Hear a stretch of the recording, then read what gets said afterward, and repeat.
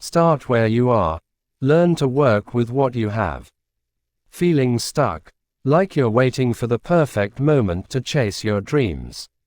What if I told you that everything you need to change your life is already in your hands right now, in this very moment? This isn't about waiting for more. It's about unleashing the power of what you already have to create a future that lights you up. As you listen to this, don't forget to subscribe to this channel and enable the notification bell so you'll be alerted whenever we upload a new one. By the end of this audio, you'll discover how to turn your limitations into your greatest strengths, unlocking a mindset that makes anything possible, no matter how small your starting point. You'll learn the secret to building unstoppable momentum with just the resources you have today, so you can stop feeling trapped and start seeing real progress. I'll reveal inspiring stories of people who started with almost nothing, scraps of time, a single idea, a spark of courage, and built lives they never thought possible, showing you exactly how to do the same. You'll walk away with practical, actionable steps to start today transforming self-doubt into confidence and turning your dreams into reality, one small, powerful move at a time. Stick with me to the end, and you'll feel a fire in your chest, a belief that you're enough, right here, right now, to create a life that's bigger than you ever imagined.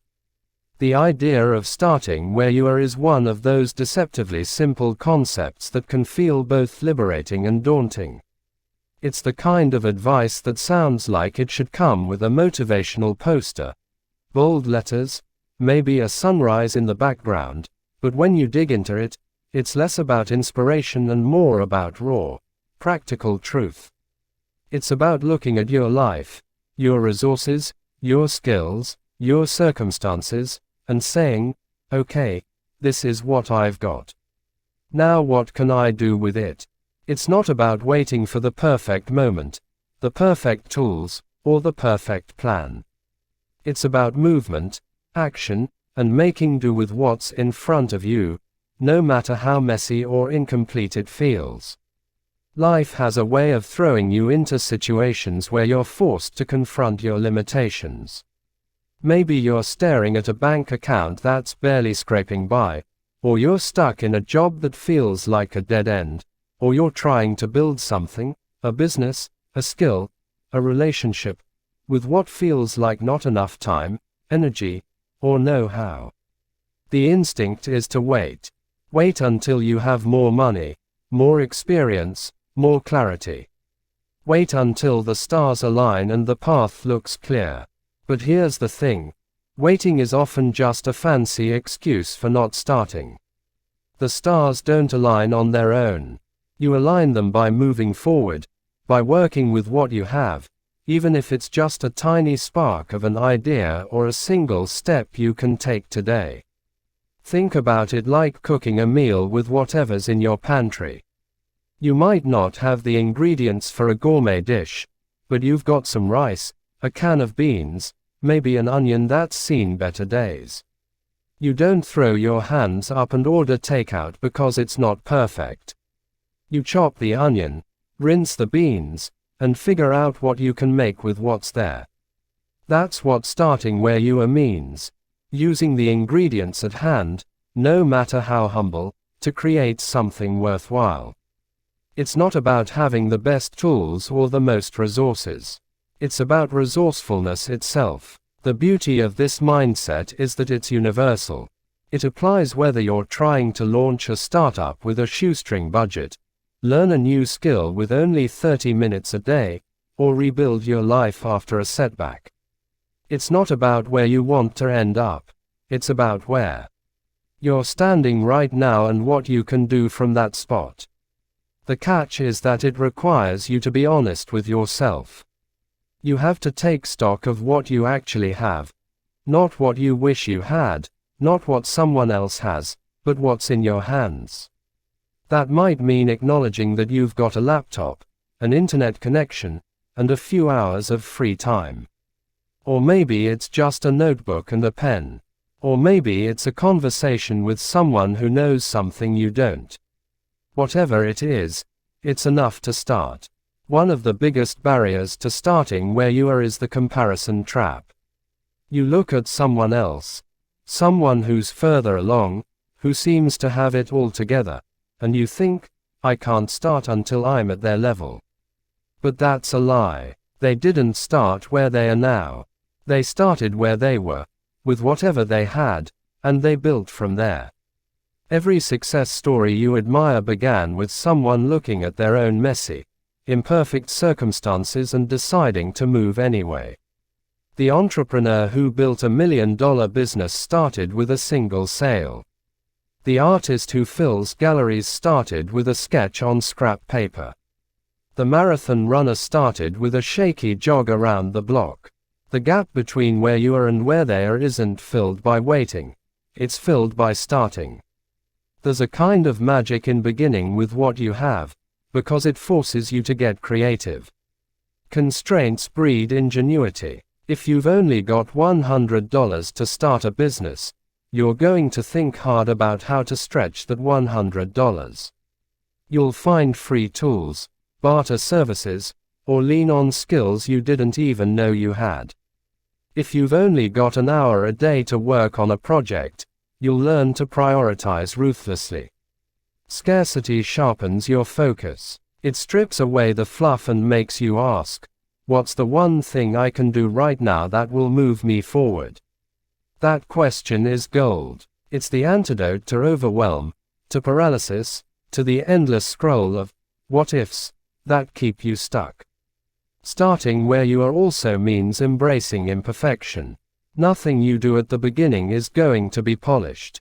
Your first attempt at anything, writing, coding, painting, pitching an idea, is probably going to suck. And that's okay. The point isn't to create a masterpiece right out of the gate. The point is to create something, anything, that gets you moving.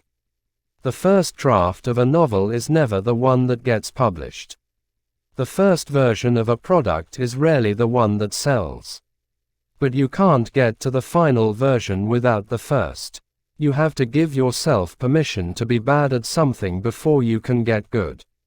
That's not failure, it's progress. There's a story about a woman who wanted to start a bakery but had no money for a storefront, no professional kitchen, and no formal training. What she did have was a decent oven, a knack for baking, and a few friends who loved her cookies.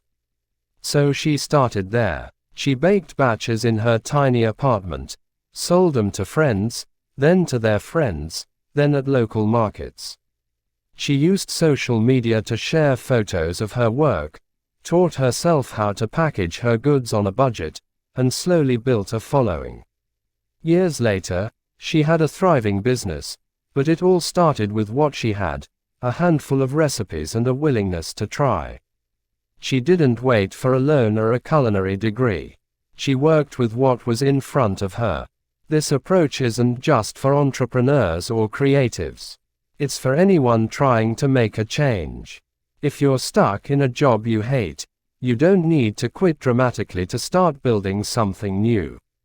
Maybe you start by learning a skill in your spare time, networking with one person a week, or tweaking your resume to highlight what you're good at. If you're trying to get healthier, you don't need a fancy gym membership or a personal chef. You can start with a walk around your neighborhood or cooking one simple meal at home. The key is to stop seeing starting as a big, dramatic leap and start seeing it as a series of small, deliberate steps.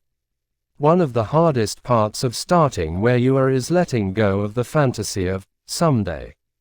Someday I'll have enough money. Someday I'll have enough time. Someday I'll feel ready. The truth is, someday is a trap. It's a way of putting off the discomfort of starting. Because starting is uncomfortable. It's vulnerable. It means admitting you don't have it all figured out, that you might fail, that you might look foolish. But the alternative, waiting for someday, means you're betting on a future that might never come. The only thing you can control is what you do right now, with what you have. There's a practical side to this, too. Starting where you are forces you to be strategic. You can't afford to waste time or resources, so you learn to focus on what matters. Say you want to learn to code. You don't need a $10,000 bootcamp or the latest MacBook. There are free tutorials online, open source software, and forums where people will answer your questions. You start with a cheap laptop and an hour a night. You write bad code, debug it, write more. Over time, those hours add up. You get better. You build something. But none of that happens if you wait for the right setup. It's also about momentum. Every step you take, no matter how small, creates a ripple. You start a blog with one post, and someone reads it.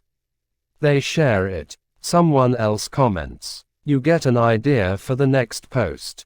Suddenly, you're not just starting, you're building.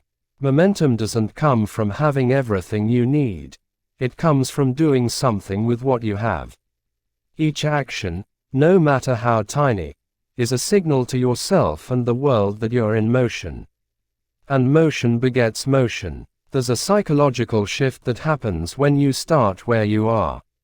You stop seeing yourself as someone who's not ready, and start seeing yourself as someone who's already in the game. That shift changes how you think, how you act, even how you carry yourself. You start to notice opportunities you didn't see before, a connection who can help, a resource you overlooked, a skill you can leverage. It's like your brain flips a switch. Instead of focusing on what's missing, it starts hunting for what's possible. This mindset also builds resilience. When you're working with limited resources, you learn to adapt. Things will go wrong. Your first attempt might flop. You might run out of money or time or patience. But because you're already working with less than ideal conditions, you're forced to problem solve. You learn to pivot, to find workarounds, to keep going even when it's hard. That grit is what separates people who start from people who finish. There's a famous quote attributed to Arthur Ashe: "Start where you are. Use what you have. Do what you can." It's not just a catchy phrase. It's a blueprint. Take stock of your situation. What do you have right now? Not what you wish you had, not what you think you need, but what's actually available to you. Maybe it's a skill you've taken for granted, a connection you haven't tapped, or just a little bit of time. Then ask, what can I do with this? Not, what's the perfect thing to do? But, what's one thing I can do? Then do it. That's it. That's the whole formula. The thing about starting where you are is that it's not a one-time decision. It's a habit. You don't just start once and then coast. Every day, every project, every goal requires you to reassess what you have and what you can do with it. Life changes. Resources come and go. Sometimes you'll have more to work with, sometimes less. The point is to keep starting, keep moving, keep building, no matter what's in your hands. Consider the story of someone like J.K. Rowling. When she started writing Harry Potter, she was a single mother on welfare, typing on a manual typewriter in cafes because she couldn't afford heating. She didn't have a fancy office or a publishing deal or even much time. She had a story in her head and a typewriter. That was enough to start. She worked with what she had, and the rest, well, you know the rest. But it's worth remembering that the woman who created one of the biggest literary phenomena in history started in a place that looked nothing like success. Or take a more everyday example. Someone who wants to get out of debt. They don't need a financial advisor or a windfall to start. They can start by tracking their spending for a week, cutting one small expense, or calling their credit card company to negotiate a lower rate. It's not glamorous, but it's a start. And each small step, each time they choose to work with what they have, gets them closer to the goal. Starting where you are also means letting go of excuses. It's easy to say, I don't have enough time, or, I don't have the right skills, or, I don't know where to begin. But those are just stories we tell ourselves to avoid the discomfort of action. The truth is, you always have something to work with. Maybe it's not much, but it's something. A phone call, a Google search, a conversation, a single push-up, a sentence on a page. Those small actions are the building blocks of big outcomes. There's a temptation to overcomplicate things, to think that starting requires a grand plan or a perfect setup. But complexity is often just procrastination in disguise. The simpler you keep it, the easier it is to start. Strip your goal down to its essence. If you want to write a book, start with 100 words a day. If you want to start a business, start by talking to one potential customer. If you want to learn a language, start with 5 words a day. Small, consistent actions compound over time. They turn where you are into where you want to be. It's also worth noting that starting where you are doesn't mean staying where you are. The whole point is to move forward. Each step you take gives you new resources, new skills, new perspectives. What you have today might feel limited, but it won't be what you have a year from now if you keep going. That's the paradox of starting where you are. By working with what you have, you end up with more. There's a certain freedom in this approach. When you stop waiting for the perfect conditions, you stop being a victim of your circumstances. You take control. You decide what to do with what you've got. That's empowering. It's not about denying your limitations. It's about refusing to let them define you. You might not have much, but you have enough to start. And starting is what changes everything. So, wherever you are, whatever you're dreaming of, take a look around. What do you have right now? A little time, a little knowledge, a little courage. That's enough. Don't wait for more. Don't wait for better. Start where you are. Use what you have. Do what you can. And keep going. The path doesn't appear until you start walking it. The act of starting where you are is not just a practical choice. It's a rebellion against the inertia that keeps so many dreams on hold. It's a refusal to let the weight of not enough define what's possible.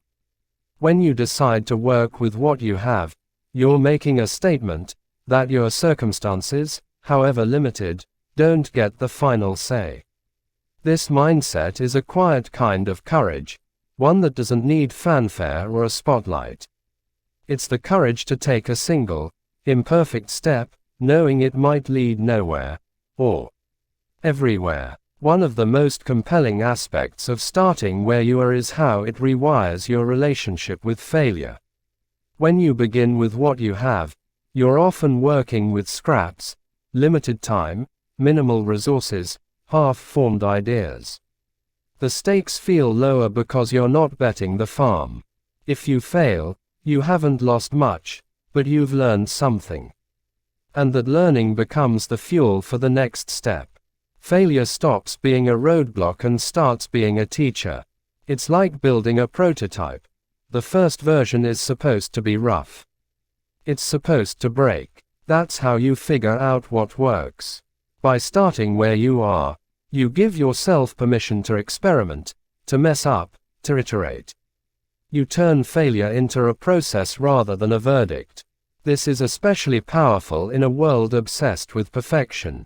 Social media bombards us with polished images of success, people who seem to have leaped from nowhere to greatness overnight. But that's an illusion. Behind every polished outcome is a messy beginning. The influencer with 1 million followers started with a single post that maybe got 3 likes. The best-selling author started with a draft full of typos. The athlete with the gold medal started with a body that could barely run a mile. Starting where you are means embracing the mess, knowing that the shiny version of your dream comes later, after countless small, unglamorous steps. There's also something deeply human about working with what you have. It's a reminder that you don't need to be extraordinary to begin. You don't need a genius IQ, a trust fund, or a Rolodex full of connections. You just need to be willing to look at what's in front of you and ask, what can I do with this? That question is a great equalizer. It doesn't matter if you're a single parent with 2 jobs or a college student with no money. Everyone has something. Time, a skill, a spark of curiosity, and that something is enough to start. Consider the story of a young man who wanted to become a photographer but couldn't afford a professional camera. All he had was his smartphone and a free editing app. Instead of waiting for the right equipment, he started taking photos of his neighborhood, cracked sidewalks, stray cats, kids playing in the park. He posted them online, not expecting much. But people noticed. His photos had a raw, honest quality that stood out. Over time, he built a portfolio, gained a following, and eventually saved enough to buy better gear. By the time he had a real camera, he'd already honed his eye for composition and light. His limitation, having only a smartphone, forced him to focus on creativity over tools. Starting where he was didn't just launch his career, it shaped his style. This principle applies to any pursuit. If you want to start a podcast but don't have a fancy microphone, record on your phone. If you want to get fit but can't afford a gym, do bodyweight exercises in your living room. If you want to learn a new language but don't have time for classes, use a free app for 10 minutes a day. The point is to stop letting "not enough" be an excuse and start seeing what's possible with what's available. Constraints don't just limit you, they focus you. They force you to prioritize, to strip away the non-essential, to get to the heart of what you're trying to do. Another captivating aspect of starting where you are is how it builds confidence. Every time you take a step with what you have, you prove to yourself that you can act, even in less than ideal conditions. That proof is powerful. It's like a muscle that gets stronger with each representative. Maybe your first blog post only gets 5 views, but you wrote it. You did it. You took an idea and made it real. That act, however small, shifts something inside you. You start to see yourself as someone who does things, not just someone who dreams about them. And that self-image is a game changer. It's the difference between, "I wish I could," and, "I'm doing it." This confidence compounds over time. Each small action builds on the last, creating a feedback loop of progress. You start a side hustle with $50 and a free website builder. It doesn't look like much, but you make your first sale. That sale gives you the confidence to invest a little more, to reach out to a new customer, to try a new strategy. Each step feels less like a leap and more like a natural progression. You're not just building a project, you're building belief in yourself. There's also a practical advantage to starting where you are. It keeps you grounded. When you work with what you have, you're forced to focus on what's real, not some idealized vision of what you think you need. This clarity is invaluable. It's easy to get lost in fantasies of, if only I had more money, more time, more connections. But those fantasies are distractions. They pull you away from the present, where the real work happens. By starting where you are, you stay rooted in reality. You deal with what's in front of you, not what might be someday. This groundedness also makes you adaptable. When you're used to working with limited resources, you learn to roll with the punches.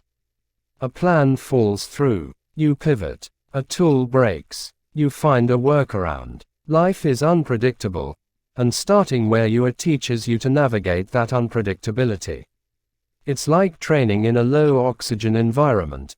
when conditions improve, you're stronger for it. You learn to thrive in scarcity, which means you can handle just about anything. There's a story about a woman who wanted to start a non-profit to help kids in her community learn to read. She had no funding, no office, no staff, just a passion for literacy and a few books she'd collected. So she started where she was. She invited kids to her living room for story time, borrowed books from the library, and asked neighbors to donate old children's books. Word spread, and soon she had a small group of volunteers. They met in parks, community centers, anywhere they could. Over time, her little reading group grew into a full-fledged organization with grants and a dedicated space. But it all began with what she had: a few books and a living room. This story illustrates another key point. Starting where you are often creates unexpected opportunities. When you take that first step, you set things in motion. You can't predict where it will lead, but movement creates possibilities. Maybe that blog post you write gets shared by someone influential. Maybe that one customer you talk to introduces you to a partner. Maybe that skill you start learning opens a door you didn't even know existed. The point is, you don't see those opportunities until you start moving. Standing still keeps you blind. There's also a social element to this. When you start where you are, you often inspire others to do the same. People notice when you're making things happen despite limitations. It's contagious. Your small actions, starting a project, learning a skill, taking a risk, can motivate someone else to take their own first step. It's not about being a hero. It's about showing that progress is possible, even when the starting point is humble. You become proof that you don't need to have it all together to begin. This ripple effect extends beyond inspiration. Starting where you are often pulls in resources you didn't expect. When you take action, people take notice. They offer help, advice, or connections. A friend might share your work. A colleague might point you to a free tool. A stranger might become your first customer. The world responds to action in ways it never does to inaction. But you have to start for those doors to open. Another compelling angle is how starting where you are teaches you to value what you already have. It's easy to focus on what's missing: money, time, expertise, but when you force yourself to work with what's in front of you, you start to see the potential in things you've overlooked. That old laptop you've been cursing. It can still run a word processor or a free design program.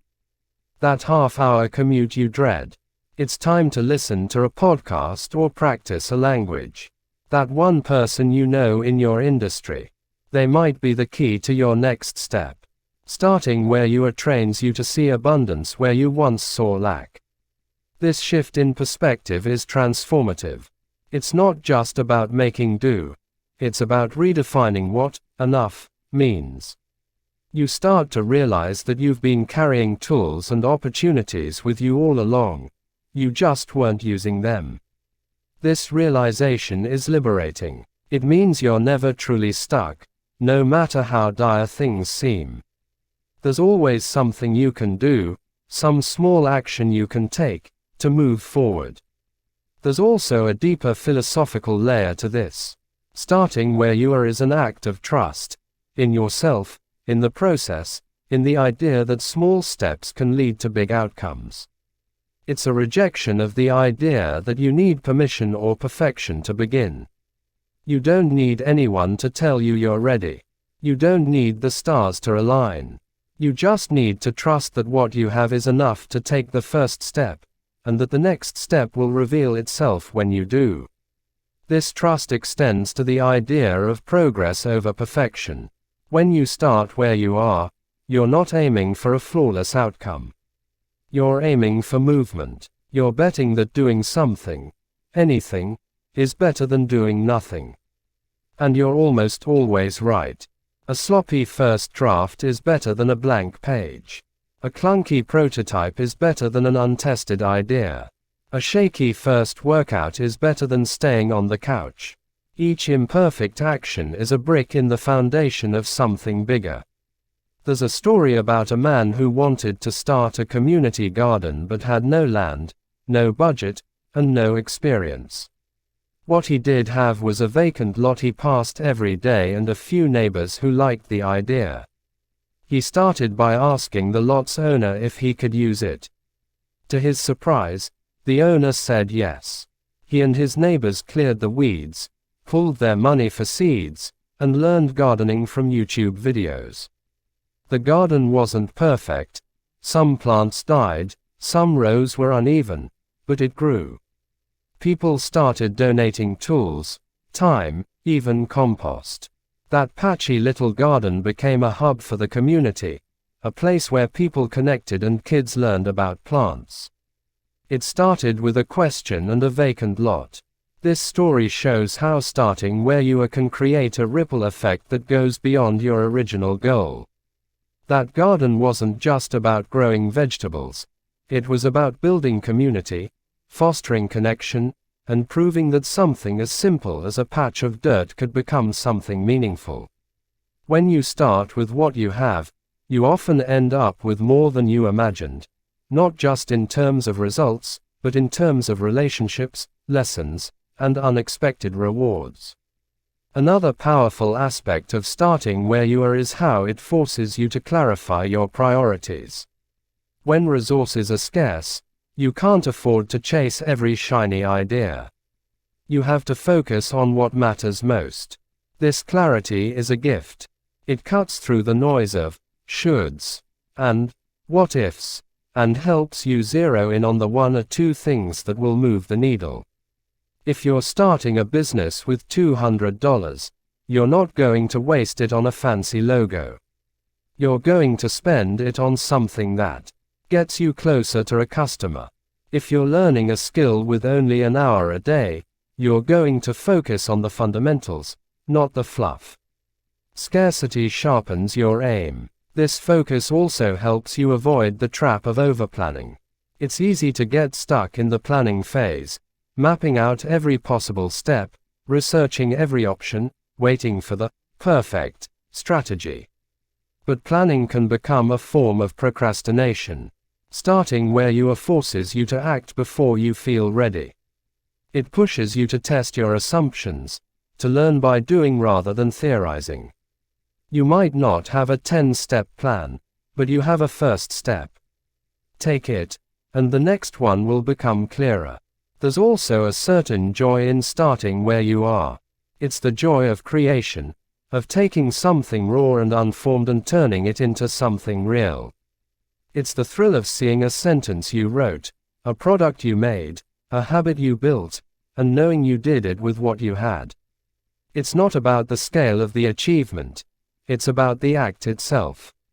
That joy is what keeps you going when the work gets hard, when the doubts creep in, when the results aren't immediate. And results often aren't immediate. Starting where you are requires patience. It's a long game. You're not going to build a business, master a skill, or change your life overnight. But every small action you take is a deposit in the bank of progress. Those deposits add up. A page a day becomes a book in a year. $1 saved a week becomes a safety net. A single conversation can lead to a partnership. The key is to keep showing up, keep working with what you have, keep trusting that small steps lead to big places.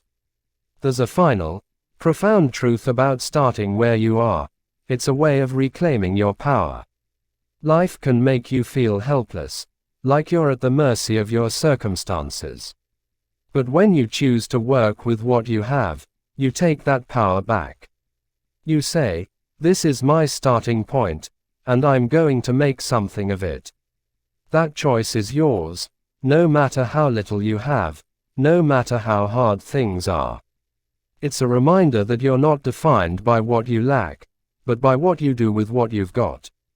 So, wherever you are right now, Whether you're staring at a blank page, an empty bank account, or a dream that feels too big, look around.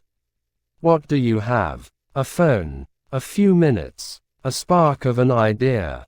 That's enough. Start there. Use what you have. Do what you can. The rest will follow, not because of luck or magic, but because you chose to move. And that choice, that single act of starting, is what turns possibilities into realities. Please subscribe to this channel and enable the notification bell so you'll be alerted whenever we upload a new video. The decision to start where you are is more than a practical strategy. It's a profound act of self-ownership. It's a declaration that you're not waiting for the world to hand you permission, resources, or certainty. It's about stepping into the arena of your own life, armed with whatever tools, however modest, they may be, and saying, "This is enough for now." That choice carries a weight that goes beyond the immediate task at hand. It's a reclamation of agency, a refusal to let scarcity or fear dictate your path. It's about building something, anything, from the ground you're standing on, and trusting that the act of building will lead you somewhere new. One of the most captivating elements of starting where you are is how it transforms your relationship with possibility. When you focus on what you have, rather than what you lack, you begin to see potential everywhere. That outdated laptop, it's a portal to free online courses, forums, and tools that can teach you almost anything. That one friend who believes in your idea. They're a potential collaborator, customer, or cheerleader. That half hour before bed. It's a window to write, learn, or plan. Starting where you are rewires your brain to spot opportunities in the mundane, to find gold in what you once dismissed as not enough. It's like developing a new sense, one that sees abundance where others see limitation. This shift in perspective is electrifying because it dismantles the myth that you need more to begin. Society often feeds us the idea that success requires a perfect setup, a degree, a network, a budget, a clear plan. But that's a trap. It's a narrative designed to keep you waiting, to make you feel inadequate until you check all the boxes. Starting where you are is a rebellion against that narrative. It's the realization that the only box you need to check is the one that says, "I'm willing to try." That willingness is the spark that ignites everything else. Consider the story of a young woman who wanted to start a clothing brand but had no fashion degree, no investors, and no studio. What she did have was a sewing machine her grandmother gave her, a knack for thrifting, and an Instagram account. She started by redesigning second-hand clothes, stitching them into unique pieces in her bedroom. She posted photos, not expecting much, but her quirky designs caught attention. She sold a few pieces, used the money to buy more fabric, and kept going. Her limitation, no formal training or big budget, became her strength. Her designs were raw, authentic, and unlike anything mass-produced. Today, she runs a small but thriving brand, but it all began with a sewing machine and some old clothes. She started where she was, and the choice turned constraints into creativity. This story highlights another deep truth. Starting where you are forces you to lean into what makes you unique. When you don't have the resources to compete on someone else's terms, you have to play your own game. You have to dig into your own experiences, skills, and perspective to create something no one else can. That's where originality lives, not in having the most, but in making the most of what you have. Your limitations become your signature. They shape your work in ways that abundance never could. There's also a spiritual dimension to this mindset. Starting where you are is an act of faith, not in a religious sense, necessarily, but in the sense of trusting that the universe rewards action. When you take a step, even a small one, you're sending a signal to the world that you're serious. And the world often responds in kind. Opportunities appear. A chance meeting, a helpful resource, a stroke of luck, that wouldn't have shown up if you hadn't moved. It's not magic, it's momentum. Action creates a ripple effect, pulling in people, ideas, and possibilities that align with your effort. But you have to start for that ripple to begin. This faith in action is what separates dreamers from doers. Dreamers wait for the perfect moment, the perfect plan, the perfect conditions. Doers start with what's in front of them, trusting that the path will reveal itself as they walk. It's not blind optimism. It's a grounded belief that progress comes from movement, not certainty. You don't need to know the whole route to take the first step. You just need to trust that the next step will appear when you do. Another captivating aspect of starting where you are is how it teaches you to embrace uncertainty. Life is unpredictable, and no amount of planning can eliminate that. When you start with what you have, you're often stepping into the unknown with no guarantees. That can be terrifying, but it's also liberating. It forces you to let go of the illusion of control and lean into adaptability. You learn to navigate ambiguity, to make decisions with incomplete information, to keep going even when the outcome isn't clear. That's a skill that serves you far beyond your initial goal. It's the ability to thrive in a world that's constantly shifting. This adaptability is especially crucial in today's fast-moving world. Technology, economies, and industries change at a dizzying pace. Waiting for certainty means waiting forever. Starting where you are equips you to move with the changes, to pivot when needed, to find new paths when the old ones close. It's like learning to surf. You can't control the waves, but you can learn to ride them. And you learn by getting on the board, not by standing on the shore. There's a story about a man who wanted to start a tech company but had no coding skills, no investors, and no tech background. What he did have was an idea for an app and a friend who knew a little about programming. He started by sketching his idea on paper, explaining it to his friend, and researching free coding tutorials online. They built a clunky prototype that barely worked, but it was enough to show to a few people. One of those people connected him to a developer who saw potential. That developer joined the project, and together they built something better.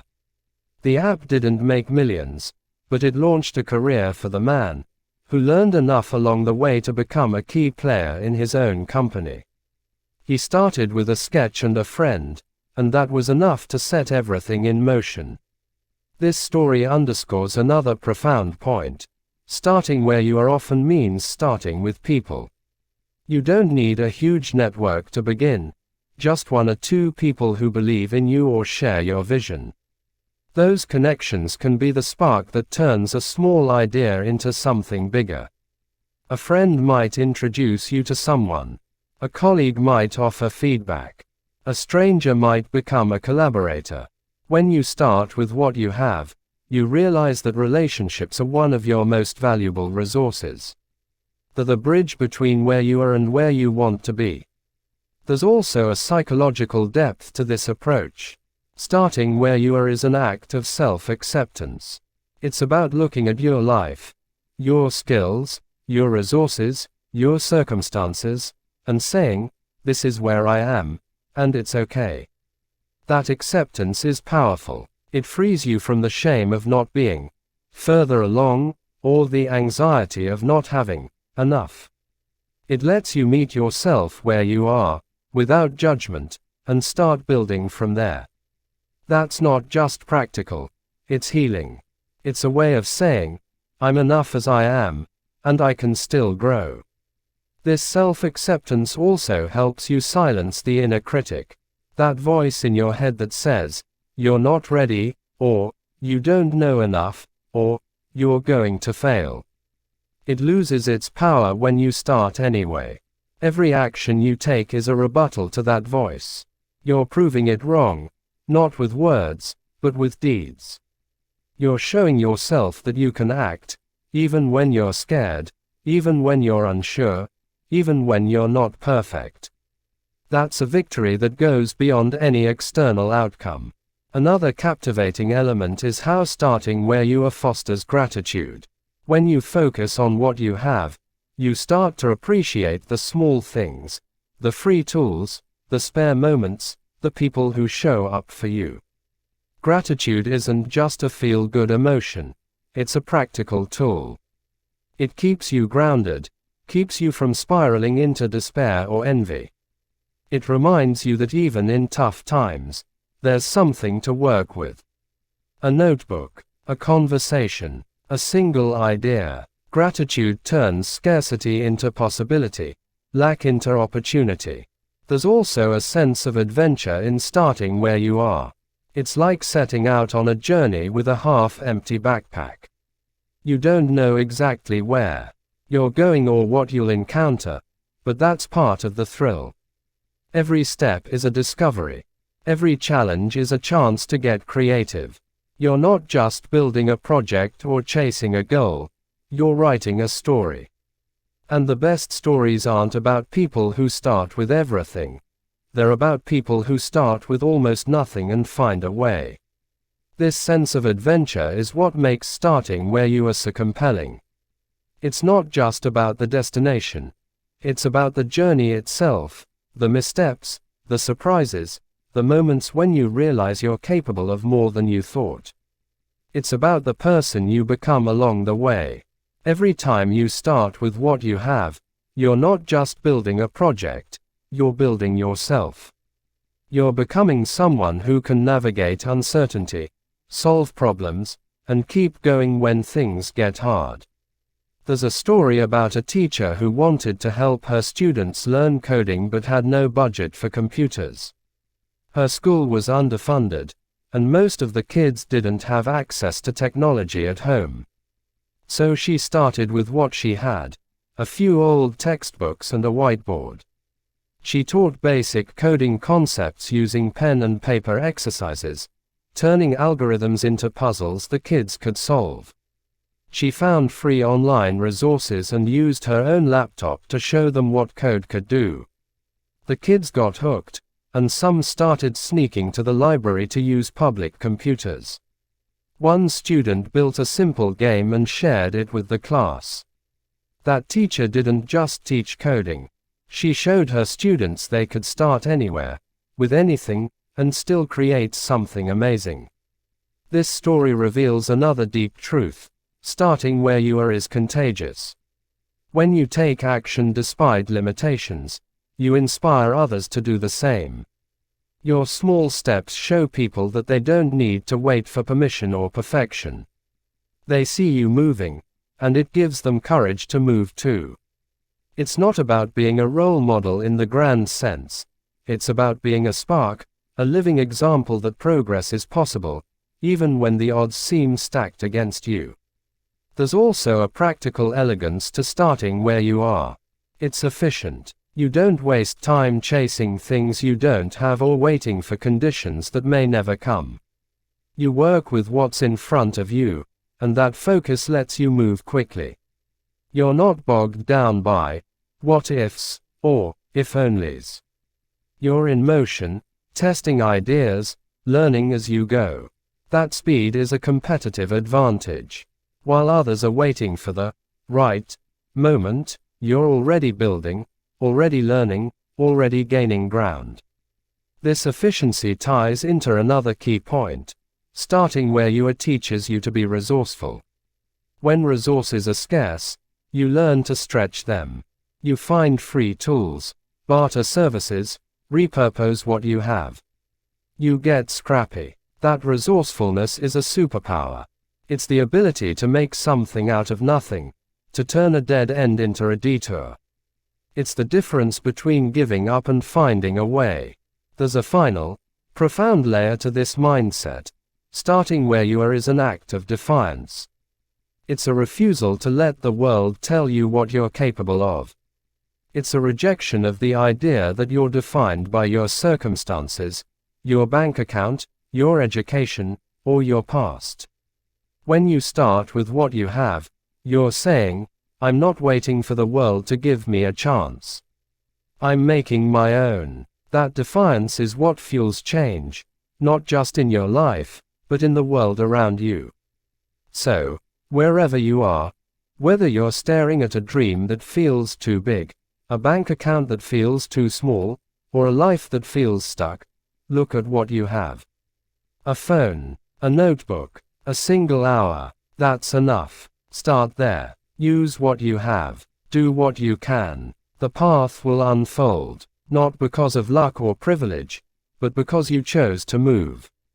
And that choice, that stubborn, beautiful act of starting, is what turns the impossible into the inevitable. The act of starting where you are is a radical embrace of the present moment. It's about standing in the midst of your reality, flaws, limitations, and all, and choosing to act anyway. This choice is not just practical, it's a profound assertion of your ability to shape your own story. It's a refusal to let the gaps between where you are and where you want to be paralyze you. Instead, those gaps become invitations, challenges to bridge them with creativity, grit, and whatever you've got in your hands.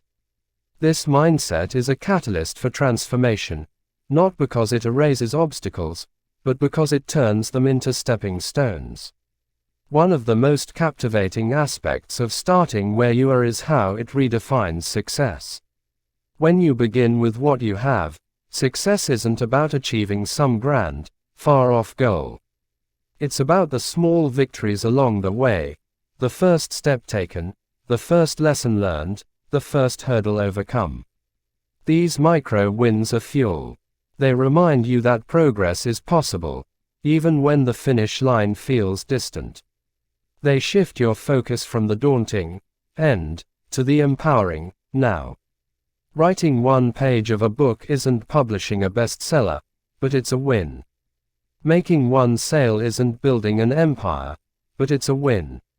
Running one lap isn't a marathon, but it's a win. Each win builds momentum, and momentum is what carries you forward. This redefinition of success is liberating because it takes the pressure off. You don't have to have it all figured out. You don't need to hit a home run on your first swing. You just need to swing.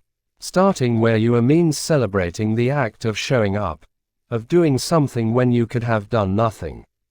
That shift in perspective can change everything. It turns a daunting journey into a series of manageable steps, each one a testament to your commitment to move forward. There's also a raw, almost primal energy in starting where you are. It's the energy of creation, of taking something formless, an idea, a dream, a vague desire, and giving it shape. That act of creation is thrilling, no matter how small the starting point. Think about a kid building a fort out of couch cushions and blankets. They don't wait for lumber or blueprints. They use what's around them and dive in. The result might be wobbly, but it's theirs. That's the spirit of starting where you are, channeling the childlike audacity to build, to play, to make something out of whatever's at hand. It's not about perfection. It's about the joy of making something real. This creative energy is what makes starting where you are so addictive. Once you take that first step, you tap into a cycle of action and reward. You write a sentence, and it sparks an idea for the next one. You post a photo online, and someone's comment inspires your next project. You try a new recipe, and it gives you the confidence to experiment again. Each action feeds the next, creating a loop that pulls you forward. It's not about having all the pieces, it's about starting with one and trusting that more will come. There's a story about a man who wanted to start a music career but had no instruments, no studio, and no industry connections. All he had was his voice and a cheap microphone he bought second-hand.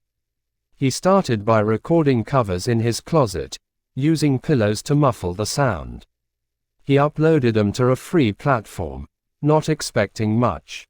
But one video caught the ear of a local producer, who invited him to collaborate. That collaboration led to gigs, then a small record deal. His closet recordings weren't perfect, but they were enough to start. His limitation, no fancy equipment or big budget, forced him to focus on his voice, his passion, his story. That authenticity became his calling card.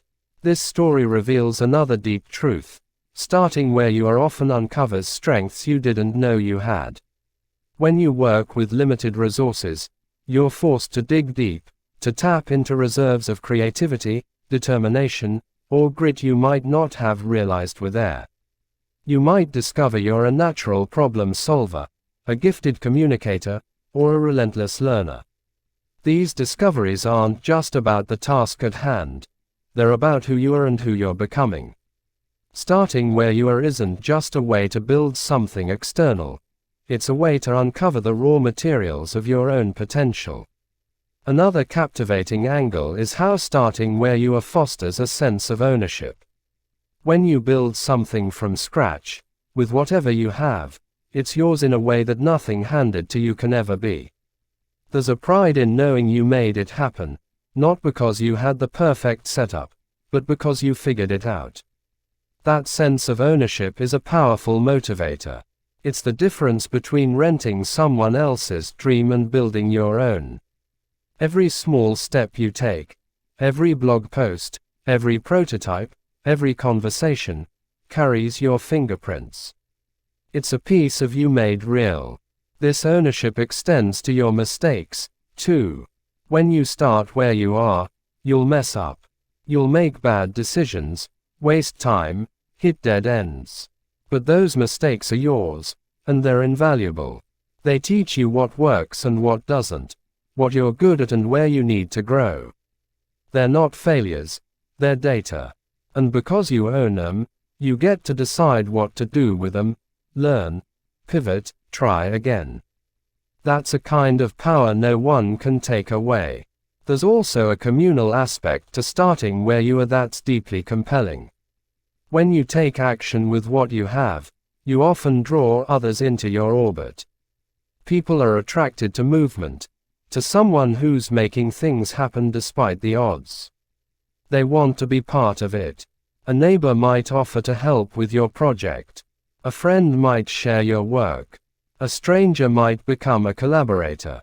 Starting where you are isn't just a solo endeavor. It's a magnet for connection. It creates a ripple effect that pulls in resources, support, and opportunities you couldn't have planned for.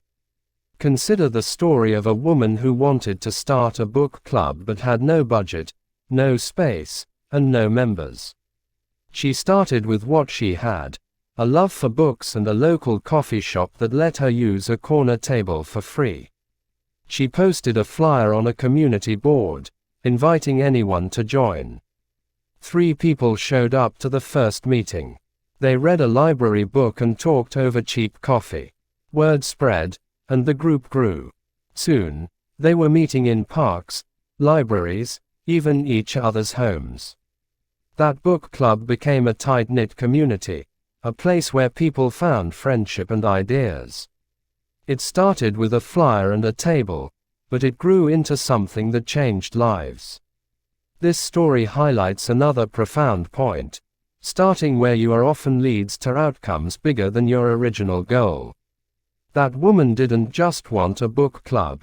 She wanted connection, meaning, a way to share her love of stories. By starting with what she had, she created something that went beyond books. It became a space for belonging. When you start where you are, you're not just chasing a goal, you're opening doors to possibilities you can't yet see. That unpredictability is part of the magic. There's also a liberating simplicity in starting where you are. It strips away the excuses that keep you stuck. I don't have enough time becomes, I have 15 minutes. I don't have the right tools becomes, I have a phone and Google. I don't know enough becomes, I can learn one thing today. This simplicity is an antidote to overwhelm. It takes a big, scary goal and breaks it into something doable, something human. You don't need to climb the whole mountain today. You just need to take one step. That clarity is a gift, a way to cut through the noise and focus on what's real. This simplicity also makes starting where you are sustainable. Grand gestures and dramatic leaps are exciting, but they're hard to maintain. Small, consistent actions, the kind you can take with what you have, are easier to keep up. They become habits, rituals, part of who you are. Writing 100 words a day is doable. Walking 10 minutes a day is doable. Reaching out to one person a week is doable. These small acts don't just add up, they compound. They build a foundation that's strong enough to hold bigger dreams. There's a deeper emotional resonance to this approach, too. Starting where you are is an act of hope. It's a belief that even in the mess of your current reality, there's something worth building. It's a refusal to give up, even when the odds feel stacked against you. That hope isn't naive, it's fierce. It's the kind of hope that says, I may not have much, but I have enough to try. And that trying, that stubborn insistence on moving forward, is what keeps you alive, not just physically, but spiritually, creatively, humanly. There's also a timeless quality to this mindset. Starting where you are isn't a new idea. It's as old as humanity itself. Every great invention, every movement, every story of triumph began with someone looking at their circumstances and deciding to act. The Wright brothers didn't have a state-of-the-art lab. They had a bicycle shop and a dream of flight. Nelson Mandela didn't have freedom. He had a cell and a vision for justice. Your circumstances may not be as dramatic, but the principle is the same. You start with what you have, and you build from there. This timelessness makes starting where you are a universal truth. It applies whether you're in a bustling city or a rural village, whether you're 18 or 80, whether you're rich or broke. It's a principle that transcends context because it's rooted in the human spirit, the part of you that refuses to be defined by what's missing and insists on creating something anyway. That spirit is what drives progress, not just for individuals, but for societies, for the world. There's a final, captivating point about starting where you are. It's a way of honoring your own story. Your life, with all its messiness, its limitations, its unique mix of strengths and struggles, is the raw material of your journey. When you start where you are, you're not trying to be someone else or live someone else's life. You're saying, this is my starting point, and it's enough. That act of honoring your reality, of working with it rather than against it, is a kind of love. It's love for yourself, for your potential, for the life you're building. Starting where you are is not just a strategy, it's a way of life. It's a commitment to action, to creativity, to the belief that what you have right now is enough to begin.